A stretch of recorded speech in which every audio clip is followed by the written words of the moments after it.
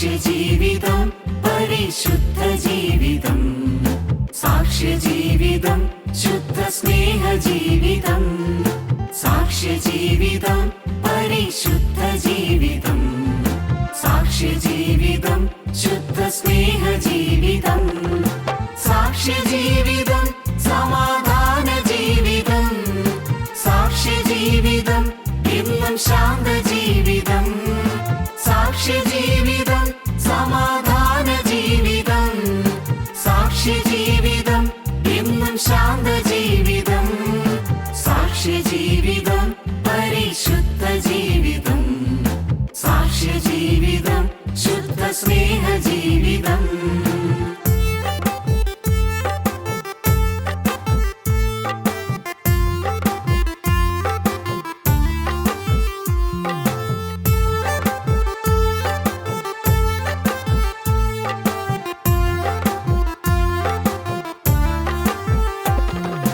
ക്രിസ്തുവിന്റെ മനസ്സറിഞ്ഞ ലളിത ജീവിതം, ക്രിസ്തുവിന്റെ ഹൃദയമാർന്ന സാക്ഷ്യജീവിതം, ക്രിസ്തുവിന്റെ മനസ്സറിഞ്ഞ ലളിത ജീവിതം, ക്രിസ്തുവിന്റെ ഹൃദയമാർന്ന സാക്ഷ്യജീവിതം, ക്രിസ്തുവിന്റെ പ്രതിഫലനമായ ജീവിതം, ക്രിസ്തുവിനു മഹത്വമേകും സാക്ഷ്യജീവിതം, ക്രിസ്തുവിന്റെ പ്രതിഫലനമായ ജീവിതം, ക്രിസ്തുവിനു മഹത്വമേകും സാക്ഷ്യജീവിതം, സാക്ഷ്യജീവിതം പരിശുദ്ധ ജീവിതം, സാക്ഷ്യജീവിതം ശുദ്ധ സ്നേഹജീവിതം.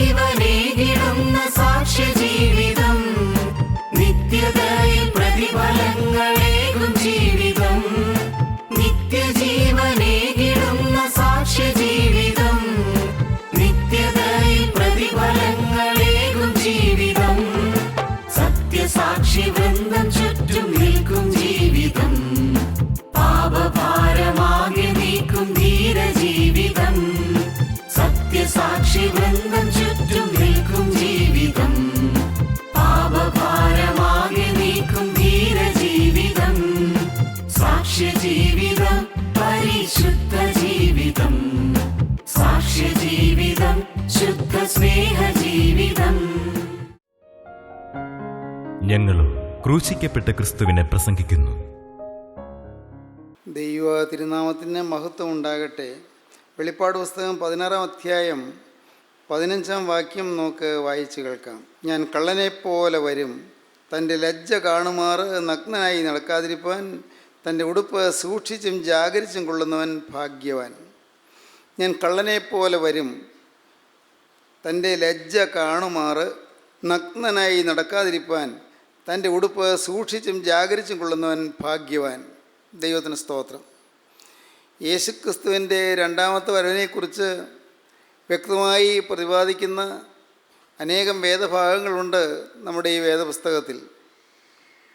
ദാനിയേൽ പ്രവാചകൻ്റെ പുസ്തകം 11-ാം അധ്യായവും സഖരിയ പ്രവാചകൻ്റെ പുസ്തകം 12-ഉം 14-ഉം അധ്യായങ്ങളും വെളിപ്പാട് പുസ്തകം മുഴുവനും കർത്താവായ യേശുവിൻ്റെ രണ്ടാമത്തെ വരവിനെക്കുറിച്ചും ഭാവികാല സംഭവങ്ങളെക്കുറിച്ചും തരുന്ന പ്രവചന ഭാഗങ്ങളാണ്.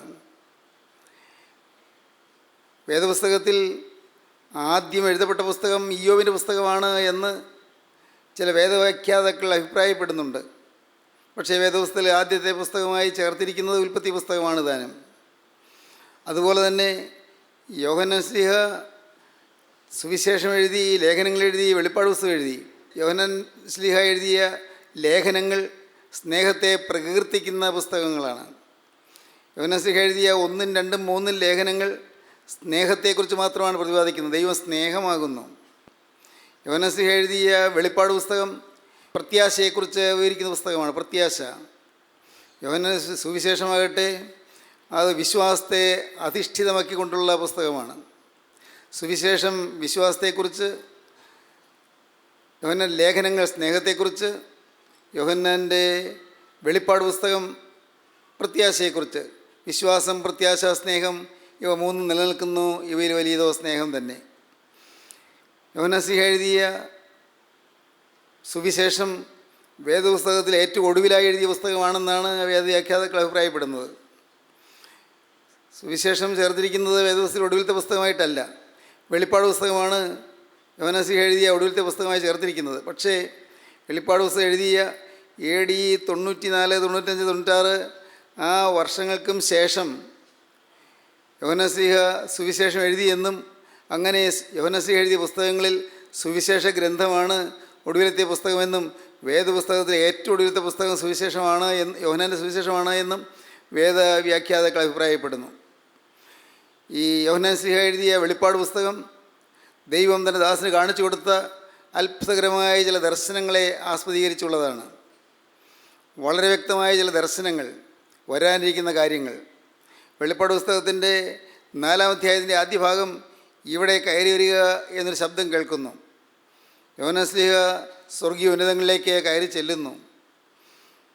ദൈവത്തിൻ്റെ മഹത്വകരമായ സ്വർഗരാജ്യവും പുതിയ നഗരമായ യെരൂശലേമും, പുതിയ സിയോൻ നഗരവും, നവയെരൂശലേം പട്ടണം അത് ശോഭയുള്ള രാജധാനിയായി ഭൂമിയിലേക്ക് ഇറങ്ങി വരുന്നതും, കർത്താവായ യേശു ക്രിസ്തു തൻ്റെ കാന്തയെ സ്വീകരിപ്പാൻ ഇറങ്ങി വരുന്നതുമായ കാര്യങ്ങളെല്ലാം പ്രത്യാശാകരമായ ദൂതുകൾ യോഹന്നാൻ ശ്ലീഹ വെളിപ്പാട് പുസ്തകത്തിൽ പറഞ്ഞിരിക്കുന്നു. ദൈവത്തിന് സ്തോത്രം. ഈ ഗ്രന്ഥങ്ങളെല്ലാം നമുക്ക് കിട്ടിയത് വലിയൊരു നിധിയാണ്. വേദപുസ്തകം തന്നെ ഒരു നിധിയാണല്ലോ. വേദപുസ്തകം ദൈവശ്വാസീയമാണ്. വേദപുസ്തകം എല്ലാ തിരുവെഴുത്തും ദൈവശ്വാസീയമാകുന്നതുപോലെ വേദപുസ്തകം ദൈവശ്വാസീയമാണ്. ദൈവവിശ്വാസത്തിൽ അടിസ്ഥാനപ്പെട്ടതാണ്. ദൈവത്തിൻ്റെ പരിശുദ്ധാത്മാവ് തരുന്ന അനുഗ്രഹകരമായ ദൂതുകളാണ്. മനുഷ്യൻ ചേർത്തതല്ല, മനുഷ്യൻ കൂട്ടിച്ചേർത്തതല്ല.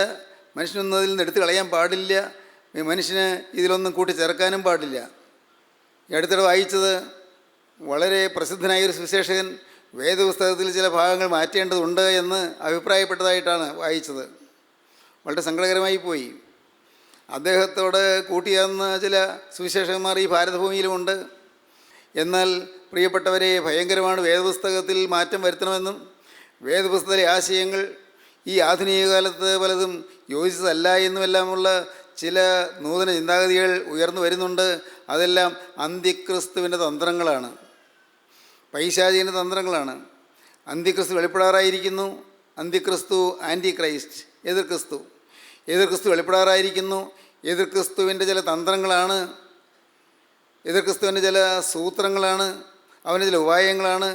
ഇങ്ങനെ വേദപുസ്തകത്തിലെ ചില വാക്കുകൾ മാറ്റണമെന്ന്, ചില വാക്യങ്ങൾ മാറ്റണമെന്ന്, ചില ആശയങ്ങൾ മാറ്റണമെന്നെല്ലാം പറഞ്ഞുകൊണ്ടിരിക്കുന്നത്. എല്ലാ തിരുവെഴുത്തും ദൈവശ്വാസീയമാണ്. വേദപുസ്തകത്തിലുള്ളതായി 66 പുസ്തകങ്ങളിലുള്ള ഓരോ വാക്കും ഓരോ അക്ഷരവും ദൈവശ്വാസീയമാണ്. ബുദ്ധിയില്ലാത്ത മനുഷ്യൻ ഒരുപക്ഷെ അതിൽ നോക്കുമ്പോൾ പലതും തെറ്റാണെന്ന് തോന്നിപ്പോകാം. ഒരുപക്ഷെ തർജ്ജമയിലെ തെറ്റുണ്ടായിരിക്കാം. പക്ഷേ അതിൻ്റെ മൂലഭാഷയിൽ നേരെ നോക്കുമ്പോൾ അതിൽ തെറ്റുകൾ കാണുകയില്ല എന്നുള്ളതാണ് സത്യം. അത് ഒന്നൊന്നിന് വിരുദ്ധമാണ് എന്ന് പറയുന്ന ആളുകളുണ്ട്. ചില കാര്യങ്ങൾക്ക് വിരുദ്ധമായ എതിർ തന്നെ ചില പ്രസ്താവനകളുണ്ട് എന്ന് പറയുന്ന ആളുകളുണ്ട്. പ്രിയപ്പെട്ടവരെ, അങ്ങനെയുള്ള ആശയഗതികളിലേക്കോ ചിന്താഗതികളിലേക്കോ നാം ആരും പോകരുത്, നാം ആരും വഴുതി പോകരുത്. എല്ലാ തിരുവെഴുത്തും ദൈവശ്വാസീയമാണ്. വേദപുസ്തകത്തിലെ ഓരോ വാക്കും ഓരോ അക്ഷരവും കർത്താവായ യേശു ക്രിസ്തുവിൻ്റെ പരിശുദ്ധാത്മാവ് തന്ന സ്വർഗീയ വചനങ്ങളാണ്. എല്ലാം നമ്മുടെ രക്ഷയ്ക്ക് വേണ്ടിയുള്ളതാണ്. യോഹന്നാൻ സുവിശേഷം 20-ാം അധ്യായത്തിൻ്റെ ഒടുവിലത്തെ വാക്യം വായിക്കുമ്പോൾ കാണാം എന്തിനാണ് താൻ ഈ സുവിശേഷം എഴുതിയത് എന്ന്. നമുക്ക് വായിക്കാം. ഈ പുസ്തകത്തിൽ എഴുതിയിരിക്കുന്നതല്ലാതെ മറ്റനേകം അടയാളങ്ങളും യേശു തൻ്റെ ശിഷ്യന്മാർ കാണുകയും ചെയ്തു. എന്നാൽ യേശു ദൈവപുത്രനായ ക്രിസ്തു എന്ന് നിങ്ങൾ വിശ്വസിക്കേണ്ടതിനും വിശ്വസിച്ചിട്ട് അവൻ്റെ നാമത്തിൽ നിങ്ങൾക്ക് ജീവൻ ഉണ്ടാകേണ്ടതിനും ഇത് എഴുതിയിരിക്കുന്നു. ഇത് എഴുതിയിരിക്കുന്നത്, ഈ വചനം എഴുതിയിരിക്കുന്നത് യേശു ക്രിസ്തു ദൈവത്തിൻ്റെ പുത്രനായ ക്രിസ്തു, യേശു ദൈവത്തിൻ്റെ പുത്രനായ ക്രിസ്തു ആകുന്നു എന്ന് നിങ്ങൾ വിശ്വസിക്കേണ്ടതിനും വിശ്വസിച്ചിട്ട് നിങ്ങൾക്ക് ജീവൻ ഉണ്ടാകേണ്ടതിനുമാണ് എഴുതിയിരിക്കുന്നത്. നമുക്ക് ജീവൻ ലഭിപ്പാൻ, മനുഷ്യന് ആന്തരാത്മാവിൽ ജീവൻ പ്രാപിപ്പാൻ, മനുഷ്യന് ആത്മാവിൽ ചൈതന്യം പ്രാപിപ്പാൻ, അത് മാത്രം ലക്ഷ്യമാക്കിയാണ് ഇത് എഴുതിയിരിക്കുന്നത്. ആരെഴുതി? പരിശുദ്ധാത്മാവ് എഴുതി. ദൈവത്തിന് സ്തോത്രം. പരിശുദ്ധാത്മാവ് കാലാകാലങ്ങളിൽ തൻ്റെ പ്രവാചകന്മാരിൽ നിന്നുകൊണ്ട് പലതും എഴുതിക്കുകയും പറയിക്കുകയും ചെയ്തിട്ടുണ്ട്. 312 ബാബാമാർ കൂടി എഴുതിയുണ്ടാക്കി നിഖ്യ വിശ്വാസ പ്രമാണത്തിൽ 3-ാം ഖണ്ഡികയിൽ പരിശുദ്ധാത്മാവിനെക്കുറിച്ചാണ് പറഞ്ഞിരിക്കുന്നത്. സകലത്തെയും ജീവിപ്പിക്കുന്ന കർത്താവും പിതാവിൽ നിന്ന് പുറപ്പെട്ട് പിതാവിനോടും പുത്രനോടും കൂടെ വന്ദിക്കപ്പെട്ട് സ്തുതിക്കപ്പെടുന്നവനും നബിയന്മാരും സ്നേഹന്മാരും മുഖാന്തരം സംസാരിച്ചവനുമായി ജീവനുള്ള ഏക വിശുദ്ധ റൂഹായിലും ഞങ്ങൾ വിശ്വസിക്കുന്നു. ജീവനുള്ള ഏക വിശുദ്ധ റൂഹ നബിയന്മാരുടെയും സ്നേഹന്മാരുടെയും നാവുകളിൽ കൂടി സംസാരിക്കുന്നവനാണ്. നബിയന്മാർ പ്രവാചകന്മാർ നബിയന്മാരുടെയും സ്നേഹന്മാരുടെയും നാവുകളിൽ കൂടി സംസാരിക്കുന്നവനാണ്. സകലത്തെയും ജീവിപ്പിക്കുന്നതിനായ കർത്താവാണ്. പിതാവിൽ നിന്ന് പുറപ്പെട്ടിരിക്കുന്നതായ പിതാവിനോട് സമനായിരിക്കുന്ന പരിശുദ്ധാത്മാവ്, പിതാവിനോടും പുത്രനോടും കൂടെ സ്തുതിക്കപ്പെട്ട് വന്ദിക്കപ്പെടുന്നവനാണ് പരിശുദ്ധാത്മാവ്. ആ പരിശുദ്ധാത്മാവ് നബിയന്മാരുടെയും സ്നേഹന്മാരുടെയും നാവുകളിൽ കൂടി സംസാരിക്കുന്നവനാണ്. നബിയന്മാരുടെയും സ്നേഹന്മാരുടെയും നാവുകളിൽ കൂടി സംസാരിക്കുന്ന പരിശുദ്ധ റൂഹ ഈ പുസ്തകത്തിലെ വാക്കുകളൊക്കെ എഴുതിയിരിക്കുന്നു. ഇതിൽ നിന്നാരും എടുത്തു മാറ്റാൻ പാടില്ല, ആരും ഇതിലേക്ക് ഒന്നും കൂട്ടിച്ചേർക്കാനും പാടില്ല. ദൈവത്തിന് സ്തോത്രം. ദൈവത്തിൻ്റെ വചനം പറയുന്നു, ഇപ്രകാരമാണ് പറയുന്നത്: ഈ പ്രവചനത്തിൻ്റെ വാക്കുകളെ വായിച്ച് കേൾപ്പിക്കുന്നവനും കേൾക്കുന്നവരും അതിൽ എഴുതിയിരിക്കുന്നത് പ്രമാണിക്കുന്നവരും ഭാഗ്യവാന്മാർ, സമയം അടുത്തിരിക്കുന്നുവെന്ന്. വെളിപ്പാട് പുസ്തകം 1-ാം അധ്യായം 3-ാമത്തെ വാക്യം നമുക്ക് വായിക്കാം. ഈ പ്രവചനത്തിൻ്റെ വാക്കുകളെ വായിച്ച് കേൾപ്പിക്കുന്നവനും കേൾക്കുന്നവരും അതിൽ എഴുതിയിരിക്കുന്നത് പ്രമാണിക്കുന്നവരും ഭാഗ്യവാന്മാർ. ഇത് വായിച്ച് കേൾപ്പിക്കുന്നവൻ ഭാഗ്യവാനാണ്, ഇത് കേൾക്കുന്നവർ ഭാഗ്യവാന്മാരാണ്, എഴുതിയിരിക്കുന്നത് പ്രമാണിക്കുന്നവർ ഭാഗ്യവാന്മാരാണ്.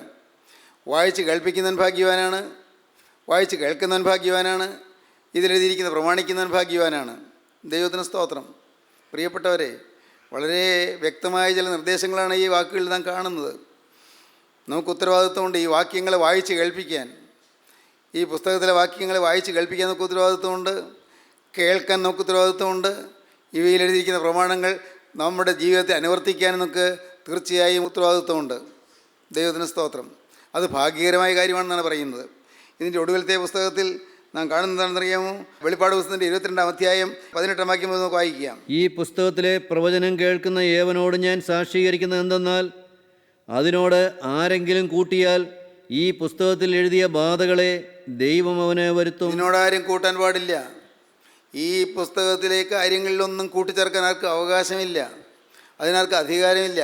അഥവാ കൂട്ടിച്ചേർത്താൽ ഈ പുസ്തകത്തിൽ എഴുതിയിരിക്കുന്ന ബാധകളൊക്കെയും അവന് വരും. അതാണ് പറഞ്ഞത്. ഈ പുസ്തകത്തിൽ ആരെങ്കിലും കൂട്ടിച്ചേർത്താൽ, അതിനോട് ആരെങ്കിലും കൂട്ടിയാൽ ഈ പുസ്തകത്തിൽ എഴുതിയ ബാധകളെ ദൈവം അവന് വരുത്തും. ഈ പ്രവചന പുസ്തകത്തിലെ വചനങ്ങളിൽ നിന്ന് ആരെങ്കിലും വലുത് നീക്കിക്കളഞ്ഞാൽ ഈ പുസ്തകത്തിൽ എഴുതിയിരിക്കുന്ന ജീവവൃക്ഷത്തിലും വിശുദ്ധ നഗരത്തിലും അവനുള്ള അംശം ദൈവം നീക്കിക്കളയും. ഭയങ്കരമാണ്.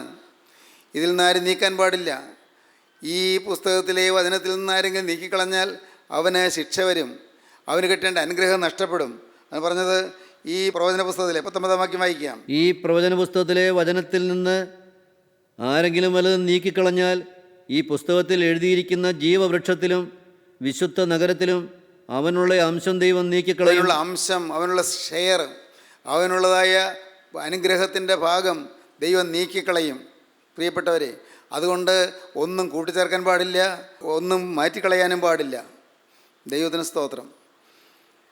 എന്നാൽ ഇന്ന് ഞാൻ ആദ്യം പറഞ്ഞതുപോലെ ആധുനിക കാലത്ത് ചില ദൈവമക്കളെന്ന് അവകാശപ്പെടുന്നവർ, ദൈവവേലക്കാരെന്ന് അവകാശപ്പെടുന്നവർ ഈ പുസ്തകത്തിലെ ചില കാര്യങ്ങൾ മാറ്റണമെന്ന് അഭിപ്രായപ്പെട്ടത് ഈയിടെ കാണുകയുണ്ടായെന്ന് ഞാൻ പറഞ്ഞല്ലോ. സങ്കടകരമായി പോയി, ഒരുപക്ഷെ ലജ്ജാകരമായി പോയി, അല്പം വേദനാകരമായി പോയി. ദൈവത്തിന് സ്തോത്രം. ഞാൻ ഈ വാക്കുകളെ പറയുമ്പോൾ നിങ്ങൾ ദയവായി ഇങ്ങനെയുള്ളതായ ഉപദേശ പെശകുകളിലേക്ക് തിരിഞ്ഞു പോകരുത് എന്ന് ഞാൻ വിനീതമായി അപേക്ഷിക്കുകയാണ്. ഉപദേശ പെശകുകളിലേക്കും അതുപോലുള്ളതായ ആശയ വൈരുദ്ധ്യങ്ങളിലേക്കും നിങ്ങളുടെ മനസ്സ് ചാഞ്ഞു പോകരുത്. ഈ പുസ്തകത്തിൽ എഴുതിയിരിക്കുന്ന ഓരോ വാക്കും ഓരോ അക്ഷരവും പൂർണ്ണമായും സത്യം. ദൈവത്തിന് സ്തോത്രം. പ്രിയപ്പെട്ടവരെ, ഞാൻ പറയട്ടെ, നിങ്ങൾക്കറിയാമോ, യോനായുടെ പുസ്തകത്തിൽ ഒരു മഹാമത്സ്യം യോനായി വിഴുങ്ങി എന്ന് പറഞ്ഞിരിക്കുന്നു. എത്രയോ കാലം യോനായെ ഒരു മത്സ്യം വിഴുങ്ങി എന്നുള്ളത് സത്യമായിരിക്കുകയില്ല, അത് ആലങ്കാരിക ഭാഷയിൽ എഴുതിയതായിരിക്കും എന്നെല്ലാം വേദപണ്ഡിതന്മാർ പോലും പറഞ്ഞിരുന്നു. അതങ്ങനെ ഒരു മത്സ്യത്തിൻ്റെ ഒരാൾ വിഴുങ്ങാൻ പറ്റുകയില്ലെന്നും, ആ മത്സ്യത്തിന് അത് വിഴുങ്ങിയാൽ തന്നെ, ഏതെങ്കിലും വലിയൊരു മഹാമത്സ്യം വിഴുങ്ങിയാൽ തന്നെ മത്സ്യത്തിൻ്റെ വയറ്റിൽ 3 ദിവസം ഒരാൾ ജീവനോടെ കിടക്കുകയില്ല എന്നും ശാസ്ത്രജ്ഞന്മാർ പോലും പറയുകയുണ്ടായി. എന്നാൽ 1967 നോർവേയുടെ സമുദ്ര തീരത്ത് അവിടെ ഒരു മഹാമത്സ്യത്തെ, ചത്ത മത്സ്യത്തെ കണ്ടെത്തി. ചത്ത മത്സ്യം. 2 പേര് മീൻ പിടിക്കാൻ പോയി. അവർ പോയ ബോട്ട് മുങ്ങി. അവരെ കണ്ടില്ല, തിരഞ്ഞിട്ടും കണ്ടില്ല. ഏതാനും ദിവസം കഴിഞ്ഞ് കരയ്ക്ക് ഒരു മഹാമത്സ്യം ചത്തടിഞ്ഞു. അങ്ങനൊരു മത്സ്യം സമുദ്രത്തിൻ്റെ അന്തർഭാഗത്തുണ്ട് എന്ന് അതുവരെയും ശാസ്ത്രജ്ഞന്മാർ അറിഞ്ഞിരുന്നില്ല. അങ്ങനെ മത്സ്യത്തെക്കുറിച്ച് അറിവില്ലായിരുന്നു. ഒരു മഹാമത്സ്യം നമ്മുടെ ഭൂമിയിലുള്ള ഒരാനയുടെ ഏതാണ്ട് ഒരു 36 ഇരട്ടി വലിപ്പം. ഭയങ്കരമാണത്. അപ്പോൾ എന്ത് വലിപ്പമായിരിക്കും? ഒരാനയുടെ 36 ഇരട്ടി വലിപ്പം. ആ മഹാജീവി അത് കരയ്ക്കടിഞ്ഞു. അതിൻ്റെ വയറ് വളർന്ന് നോക്കിയപ്പോൾ നഷ്ടപ്പെട്ടു പോയ 2 മീൻപിടുത്ത തൊഴിലാളികൾ അതിനകത്തിരിക്കുന്നു. മത്സ്യത്തെ പരിശോധിച്ചപ്പോൾ അവർ ജീവനോടിരിക്കുന്നു മനസ്സിലായി. മത്സ്യത്തെ പരിശോധിച്ചപ്പോൾ അവർ ജീവനോടിരിക്കാൻ കാരണം പ്രാണവായു ഉള്ള ഒരു ബ്ലാഡർ, ഓക്സിജൻ ബ്ലാഡർ അതിനകത്തുണ്ട് എന്ന് മനസ്സിലായി. ആ മത്സ്യത്തിൻ്റെ ആമാശയത്തോട് ചേർന്ന് ഒരു വലിയ ഓക്സിജൻ ബ്ലാഡർ ഉണ്ടായിരുന്നു. അങ്ങനെ ഒരു ഓക്സിജൻ ബ്ലാഡർ ആമാശയത്തിനോട് ചേർന്ന് ഉണ്ട് എന്ന് അതുവരെയും ശാസ്ത്രജ്ഞന്മാർ അറിഞ്ഞിരുന്നില്ല. ഈ ഓക്സിജൻ ബ്ലാഡറിൽ നിന്ന് ആമാശയത്തിൽ ചെന്ന് മനുഷ്യരെ ശ്വാസോച്ഛ്വാസം ചെയ്തിരുന്നു. അവരെ കരയ്ക്ക് കൊണ്ടുവന്നു. അവരെ ശീതീകരണ മുറികളിൽ അവരെ പരിചരിച്ചു. പിന്നീട് അവരെഴുന്നേറ്റ് നടക്കുകയും പിന്നീട് പ്രവർത്തിക്കുകയും ചെയ്തു. അന്നത്തെ ലൈഫ് മാഗസിനിൽ ഈ വാർത്ത വന്നത് ഞാൻ വായിച്ചതാണ്. പ്രിയപ്പെട്ടവരെ, എന്ന് പറയാൻ കാരണം മനുഷ്യന് അവൻ്റെ ജ്ഞാനത്തിൻ്റെ അറിവിനത്തുപോലെ ചിന്തിക്കാൻ പറ്റുകയുള്ളൂ. നിത്യനായ ദൈവത്തിൻ്റെ മഹാജ്ഞാനത്തിൽ മനുഷ്യൻ്റെ ജ്ഞാനം എത്രയോ നിസ്സാരം. തെറ്റ് എന്ന് മനുഷ്യൻ കാണുന്നത് ശരി എന്ന് വേദപുസ്തകത്തിലുണ്ടെങ്കിൽ അത് സത്യം തന്നെ. അത് നാം വിശ്വസിച്ചാൽ ഭാഗ്യം. നോഹയുടെ കാലത്തുണ്ടായ ജലപ്രളയം അത് ഭൂമിയിൽ ആ ഭാഗത്ത് മാത്രം ഉണ്ടായതാണ് എന്ന് ചിന്തിക്കുന്ന ചില ആളുകളുണ്ടായിരുന്നു. ശാസ്ത്രജ്ഞന്മാർ തന്നെ, ആർക്കിയോളജിസ്റ്റ്, ഭൂഗർഭശാസ്ത്രജ്ഞന്മാർ, ഭൂഖനന ഗവേഷകന്മാർ അവരെല്ലാം വിചാരിച്ചിരുന്നു അത് ആ പ്രദേശങ്ങളിൽ മാത്രമുള്ള ഒരു വെള്ളപ്പൊക്കമായിരുന്നുവെന്ന്. എന്നാൽ ഭൂമിയുടെ ഏറ്റവും ഉയർന്ന ഭാഗങ്ങളായ ചില പർവ്വതത്തിൻ്റെ കുന്നുകളിൽ, കൊടുമുടികളിൽ മത്സ്യങ്ങളുടെ അസ്ഥിപഞ്ജരം പിന്നീട് കണ്ടെടുക്കുകയുണ്ടായി. റഷ്യയുടെ വടക്കുള്ള സൈബീരിയൻ പ്രദേശത്തെ മഞ്ഞുമലകളിൽ അസ്ഥിപഞ്ജരം കണ്ടെടുത്തു. മീനിൻ്റെ അസ്ഥികൂടം. അവിടെ മീനിൻ്റെ അസ്ഥികൂടം എങ്ങനെ വരും? ഒരു കാലത്ത് അവിടെ വെള്ളം പൊങ്ങിക്കിടന്നിരുന്നു എന്നർത്ഥം. പ്രിയപ്പെട്ടവരെ, ശാസ്ത്രം എല്ലാം പഠിച്ചു കഴിഞ്ഞിട്ടില്ല. പക്ഷേ നിത്യനായ ദൈവത്തിൻ്റെ വചനമോ എല്ലാം തികഞ്ഞതാണ്. ഞാൻ ചിലത് സൂചിപ്പിച്ചത് മാത്രമേ ഉള്ളൂ. മനുഷ്യൻ്റെ കാൽ എണ്ണയിൽ മുക്കുമെന്ന് ആവർത്തന പുസ്തകത്തിൽ പറഞ്ഞിരിക്കുന്നു. എണ്ണയിൽ കാൽ മുക്കും. അവൻ മരുഭൂമിയിൽ നിന്ന്, മണലാരണ്യത്തിൽ നിന്ന് അവൻ വലിച്ചെടുക്കും, സമ്പത്ത് വലിച്ചെടുക്കുമെന്ന്. ഇതെല്ലാം ഞാൻ ഇതിനു പറഞ്ഞിട്ടുള്ളത് നിങ്ങൾ പക്ഷേ ഓർക്കുമായിരിക്കും. അത് എണ്ണയുടെ ശേഖരം ഗൾഫ് രാജ്യങ്ങളിൽ മണലാരണ്യത്തിൻ്റെ അടിയിൽ കിടപ്പുണ്ട് എന്ന് മനുഷ്യൻ അറിയുന്നത് വേദപുസ്തകത്തിൽ ഈ വാക്യം വെച്ചുകൊണ്ടാണ്. അങ്ങനെയാണ് ഭൂഗർഭ ശാസ്ത്രജ്ഞന്മാർ ഖനനം ചെയ്ത് എണ്ണ കണ്ടെടുത്തത്. ദൈവത്തിന് സ്തോത്രം. ദൈവത്തിൻ്റെ വചനം പൂർണ്ണമാണ്. ദൈവത്തിൻ്റെ വചനം ശക്തിയുറ്റതാണ്. ദൈവത്തിൻ്റെ വചനം ജീവദായകമാണ്. അത് മുഴുവൻ വിശ്വസിക്കാൻ സാധിച്ചാൽ ഭാഗ്യം. വെളിപ്പാട് പുസ്തകമാണ് നാം ഇപ്പോൾ വായിച്ച വേദഭാഗം ഉൾക്കൊള്ളുന്നതായ ഭാഗം. കർത്താവായ യേശുവിൻ്റെ വരവ് ഒരിക്കലും പ്രതീക്ഷിക്കാത്ത സമയത്തായിരിക്കുമെന്നാണ് വെളിപ്പാട് പുസ്തകം പറയുന്നത്. ഒരിക്കലും പ്രതീക്ഷിക്കാത്ത സമയത്ത്. അത് കർത്താവായ യേശു ക്രിസ്തു അങ്ങനെ തന്നെ പറയുന്നുണ്ട്. നാളെന്ന് അഴുകുകയും നിങ്ങൾ അറിയായതുകൊണ്ട് നിങ്ങളും ഉണർന്നിരിപ്പീന്ന് കർത്താവ് പറഞ്ഞതായി ലൂക്കോസിന് ശേഷം 12-ാം അധ്യായത്തിൽ നാം കാണുന്നു. നാളെന്ന് അഴുകുകയും നിങ്ങൾ അറിയായികയാൽ നിങ്ങൾ ഉണർന്നിരിപ്പീൻ. ദൈവത്തിന് സ്തോത്രം. വേദപുസ്തകം പറയുന്നത് ആകാശം കൊടുമുഴക്കത്തോട് ഒഴിഞ്ഞു പോകുമെന്നാണ്. ആകാശം കൊടുമുഴക്കം, വലിയൊരു കൊടുമുഴക്കം ഉണ്ടാകുമെന്നാണ്. എന്താണ് ആർക്കറിയാം? എന്താണ് നമുക്കിപ്പോൾ അറിഞ്ഞുകൂടാ. ആകാശം കൊടുമുഴക്കത്തോട് ഒഴിഞ്ഞു പോകും. നനച്ചിരിയാത്ത സമയത്ത് യേശുക്രിസ്തു വീണ്ടും വരും. ആരും പ്രതീക്ഷിക്കാത്ത സമയത്ത് യേശുക്രിസ്തു വീണ്ടും വരും. യേശുക്രിസ്തു 2ാമത്തെ വരവ് എപ്പോഴെന്ന് നമുക്കാർക്കും നിർണ്ണയിക്കാൻ വയ്യ. അതുകൊണ്ട് എപ്പോഴും ഉണർന്നിരിപ്പീൻ എന്നാണ് ദൈവത്തിൻ്റെ വചനം പറയുന്നത്. നമുക്ക് ആ വാക്യം ഒന്നുകൂടെ വായിക്കാം. ശ്രീഹായ്ക്കുണ്ടായ വെളിപ്പാട് 16-ാം അധ്യായം 15-ാം വാക്യം നമുക്ക് വായിക്കാം. ഞാൻ കള്ളനെ പോലെ വരും. തൻ്റെ ലജ്ജ കാണുമാറ് നഗ്നനായി നടക്കാതിരിപ്പാൻ തൻ്റെ ഉടുപ്പ് സൂക്ഷിച്ചും ജാഗരിച്ചും കൊള്ളുന്നവൻ ഭാഗ്യവാൻ. തൻ്റെ ലജ്ജ കാണുമാറ് നഗ്നനായി നടക്കാതിരിപ്പാൻ തൻ്റെ ഉടുപ്പ് സൂക്ഷിച്ചും ജാഗരിച്ചും കൊള്ളുന്നവൻ ഭാഗ്യവാൻ. ഞാൻ കള്ളനെ പോലെ വരും, അപ്രതീക്ഷിതമായ സമയത്ത് ഞാൻ വരും, അവിചാരിത സമയത്ത് ഞാൻ വരും, ആകസ്മികമായി ഞാൻ വരും. ആർക്കും നനയ്ക്കാൻ പറ്റുകയില്ല, ആർക്കും ഊഹിക്കാൻ പറ്റുകയില്ല. യേശു ക്രിസ്തു വീണ്ടും വരുമെന്ന് പറഞ്ഞിരിക്കുന്നു. ദൈവത്തിന് സ്തോത്രം. കർത്താവായ യേശുവിൻ്റെ ഐഹിക ജീവിതകാലത്ത് കർത്താവ് പറഞ്ഞു, ഞാൻ പോകുന്നത് നല്ലത്, ഞാൻ പോയാൽ കാര്യസ്ഥനെ നിങ്ങൾക്ക് അയച്ചു തരും. ഞാൻ നിങ്ങൾക്ക് ഭവനം പണിയാൻ പോകുന്നു, ഞാൻ നിങ്ങൾക്ക് സ്ഥലമൊരുക്കുവാൻ പോകുന്നു. ഞാൻ പോയി സ്ഥലമൊരുക്കിയാൽ ഞാൻ ഇരിക്കുന്നിടത്ത് നിങ്ങൾ ഇരിക്കേണ്ടതിന് പിന്നെയും വന്ന് നിങ്ങളെ എൻ്റെ അടുക്കൽ ചേർത്തുകൊള്ളും. പിന്നെയും വരുമെന്നാണ് കർത്താവ് പറഞ്ഞത്. ശിഷ്യന്മാർക്ക് വലിയ പ്രത്യാശയായിരുന്നു, അവൻ പിന്നെയും വരും. ഞാൻ പോയി നിങ്ങൾക്ക് സ്ഥലമൊരുക്കിയാൽ, ഞാൻ പോയി നിങ്ങൾക്ക് ഭവനം പണിതാൽ ഞാൻ പിന്നെയും വന്ന് നിങ്ങളെ എൻ്റെ അടുക്കൽ ചേർത്തുകൊള്ളും. പ്രിയപ്പെട്ടവരെ, അനേകർ ഈ കാര്യങ്ങളെല്ലാം കേൾക്കുന്നുണ്ടെങ്കിലും ഇതിൻ്റെ യാഥാർത്ഥ്യ ബോധത്തിലേക്ക് വരുന്നില്ല. ക്രിസ്തു വീണ്ടും വരുമെന്നുള്ള യാഥാർത്ഥ്യ ബോധത്തിലേക്ക് വരുന്നില്ല. വീണ്ടും ഞാൻ പറയട്ടെ, നീപ്പാളിലെ ഭൂകമ്പത്തിൻ്റെ സമയത്ത് ആ ഭൂകമ്പം ഉണ്ടായി എന്ന് കഴിഞ്ഞപ്പോഴല്ലേ ആളുകൾ ഞെട്ടലോടെ ആ സത്യം ഗ്രഹിച്ചത്. ഒട്ടും പ്രതീക്ഷിക്കാത്തതുണ്ടായി. അങ്ങ് സുനാമി തിരകൾ കേരളക്കരയിൽ പെരുമ്പറമുറക്കി കൊണ്ട് വന്നപ്പോൾ അന്ന് സുനാമി തിരകൾ വരുന്നുവെന്ന് അത് വന്നു കഴിഞ്ഞപ്പോഴാണ് ആൾ അറിയുന്നത്, മുൻകൂട്ടി അറിഞ്ഞിരുന്നില്ല. എന്താണ് സംഭവിക്കുന്ന ആർക്കറിയാം? ദൈവത്തിന് സ്തോത്രം. സഹോദരങ്ങളെ, ആർക്കും അറിയാൻ വയ്യ എപ്പോഴാണ് ഇതെല്ലാം സംഭവിക്കുന്നതെന്ന്. ദൈവത്തിന് സ്തോത്രം.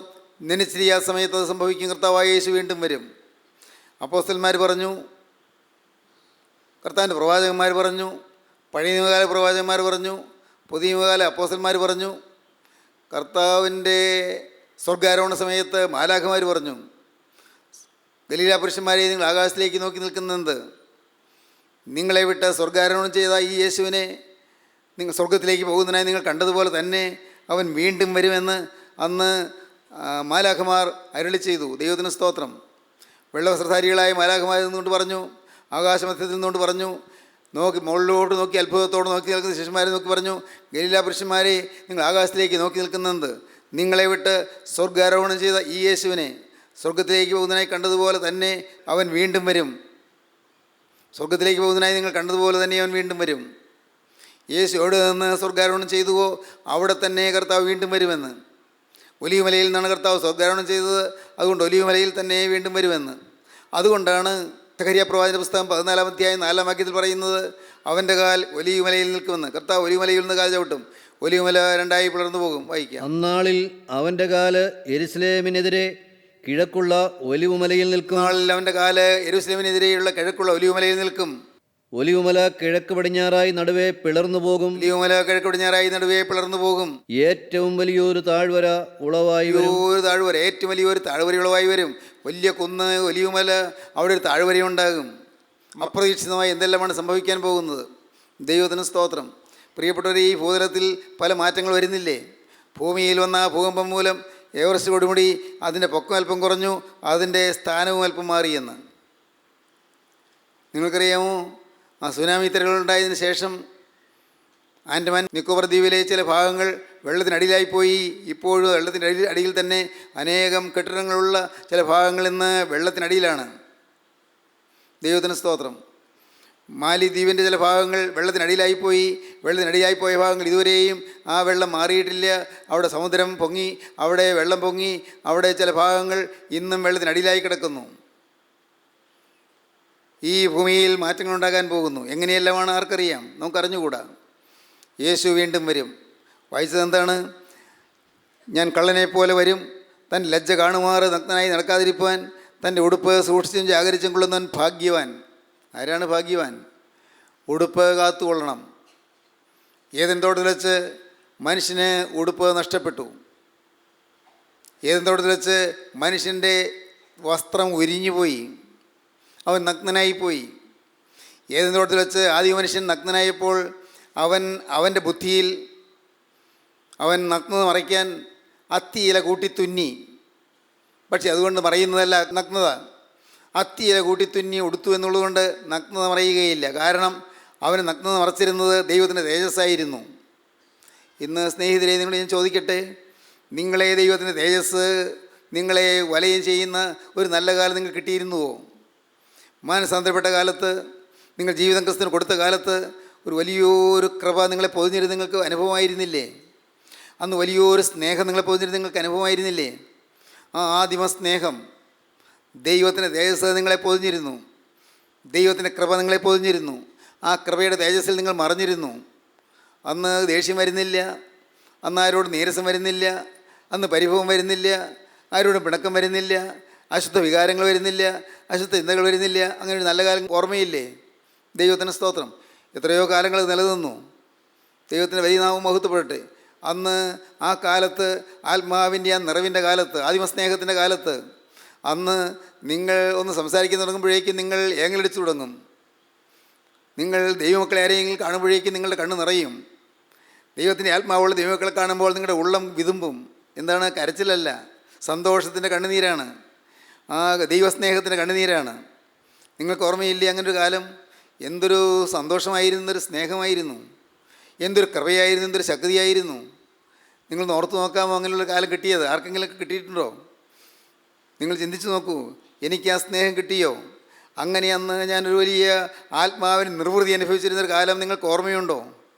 ഒന്നും നിങ്ങളെ തൊട്ടിരുന്നില്ല, ആകുലങ്ങൾ നിങ്ങളെ സ്പർശിച്ചിരുന്നില്ല, ആവലാദികൾ നിങ്ങളെ തൊട്ടിരുന്നില്ല. എന്തൊരു ശക്തിയുടെ കാലങ്ങൾ! എന്നാൽ കർത്താവ് എന്ന് പറയുന്നു, നിങ്ങൾ ആ ശക്തിയുടെ കാലങ്ങൾ മടക്കി വാങ്ങുവീനെന്ന്. ആ ശക്തിയുടെയും സ്നേഹത്തിൻ്റെയും കാലങ്ങൾ നിങ്ങൾ മടക്കി വാങ്ങുവീൻ. സന്തോഷത്തിൻ്റെ കാലങ്ങളിലേക്ക് നിങ്ങൾ മടങ്ങി വരുവീൻ. വരാം, ഇന്ന് വരാം. ഒറ്റയ്ക്കൊരു കാര്യം മതി: പാപത്തെയോർത്ത് നെടുവീർപ്പിടുക, പാപത്തെയോർത്ത് അനുദപിക്കുക, നഷ്ടപ്പെട്ടു പോയ സൗഭാഗ്യങ്ങൾ തിരികെ കിട്ടാൻ വേണ്ടി പ്രാർത്ഥിക്കുക. കർത്താവേ, എനിക്ക് നഷ്ടപ്പെട്ടു പോയ എൻ്റെ ജീവിതത്തിലെ സ്നേഹവും എൻ്റെ ജീവിതത്തിലെ വിശുദ്ധിയും മടക്കി തരണമേ. കർത്താവേ, എനിക്ക് നഷ്ടപ്പെട്ടു പോയ സ്നേഹവും വിശുദ്ധിയും മടക്കി തരണമേ. എന്നെ നിൻ്റെ അരുമ പൈതലാക്കി നീ മാറ്റണമേ. നിൻ്റെ ഓമനപുത്രനാക്കി മാറ്റണമേ. നിൻ്റെ ആരോമൽ പുത്രിയായി മാറ്റണമേ. നാഥ, എന്നെ നിൻ്റെ തിരുമാറോട് അടക്കി പിടിക്കണമേ. കർത്താവേ, എനിക്കത് മതി. ആ സ്നേഹത്തിൻ്റെ നിർവൃതിയിൽ എനിക്ക് ലയിച്ചാൽ മതി. ആ സ്നേഹത്തിൽ എനിക്ക് അലിഞ്ഞാൽ മതി. നാഥ, എൻ്റെ മേൽ നിന്റെ തക്കരം വയ്ക്കണമേ, എന്നെ അനുഗ്രഹിക്കണമേ. നമുക്ക് ഒരുമിച്ചൊന്ന് പ്രാർത്ഥിക്കാം.